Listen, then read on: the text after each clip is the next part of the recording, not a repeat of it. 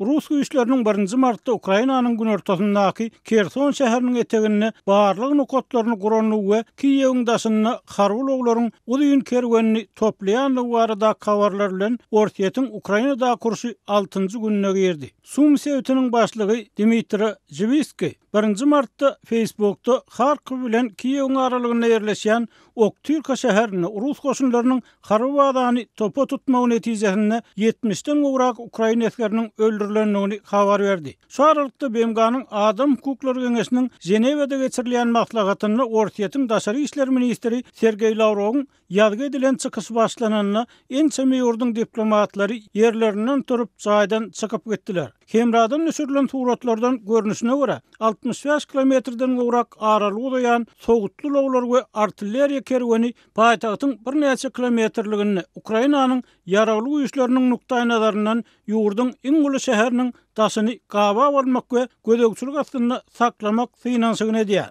Bu ýagdaý 28 fevralda Ukraina we Rus resmiýetleriniň arasynda atşygy bet etmek barada geçirilen we ýakyn günlerde ýene gepleşmek barada gelinen alalaşykdan soň döredi. 28 fevraldaky video ýüzlenmesinde Rus askerlerine goşun serkerdeleriniň buýruklaryny boyun eňmezlik we söwgeşi bet etmek çağırşy bilen ýüzlenen Ukraina prezidenti Vladimir Zelenski goňşy Belarusda bir näçe sagatlap dowam eden gepleşikleriň jikliklerini aýtmady. Emma muňa garamazdan ol Kiýewiň bir tarap beýlekini raket oklaryny tutýan wagtyny eglişik etmäge taýyn därligini aýtdy. Zelenski 28 fevralda Kiýewe 3 sany raket zarbasynyň urulanyny, Rus diversantlarynyň ýüzlerçesiniň şäherde har surýanlygyny we paýtagat almagyň Moskwa üçin esasy maksat bolup galýanlygyny aýtdy. Olar biziň döwletliligimizi synyrmak isleýärler. Şonuň üçin paýtagat kemişe howp astynda diýip Zelenski sözüniň üstüne getirdi.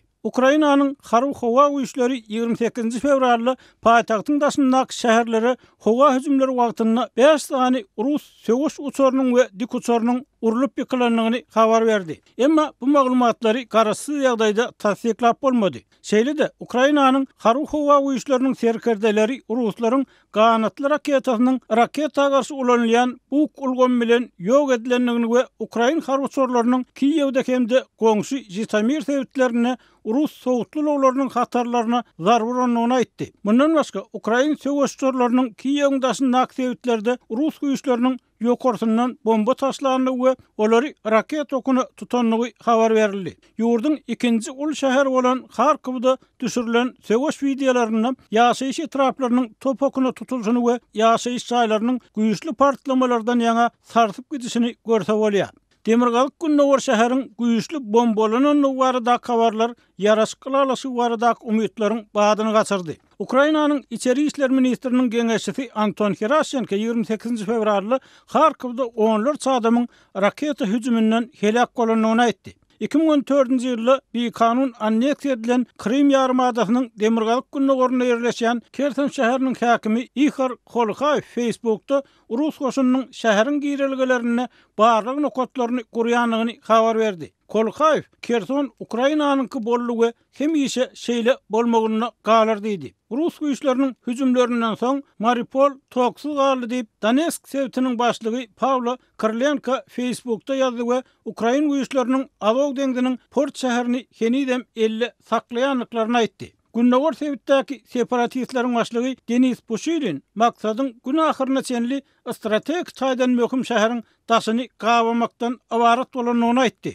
Russiýanyň Kharkiwi topa tutmagyna jogap ýokmyny prezident Zelenski öz video ýüzlenmesinde Rus raketalaryny, uçarlaryny we dik uçarlaryny uçuşga adaganlygy dowanasyny keskitlemeň wagtynyň gelenligini aýtdy. Zelenski Ortiýetiň 56 sany raketa zarbasyny uranlygyny we 113 sany ganatly raketa atanlygyny aýtdy. Emma Zelenski uçuşga adaganlygy dowanasynyň nädip we kim tarapyndan goruljakdygyny anyklaşdyrmady. Britaniýanyň premier ministriniň ornwasary Dominic Raab 1 martda NATO'nyň uçuşga adaganlygy sebäpini goramagy barada çağırşy ret etdi we munyň günwatar harby bileşigini Rus güýçleri bilen göskeni gapma garşylyga saljakdygyny aýtdy. Birleşen Paçalygyň Gorunmak Ministrligi şol gün Ortiýetiň Ukrainanyň ýokurtyndaky howa giňişligini öz gödäwçiligine almagy başarmanlygyny we netijede ýetkilerini azaltmak üçin Moskwanyň öz harby operasiýalaryny gize geçirmäge mezur bolanlygyny aýtdy.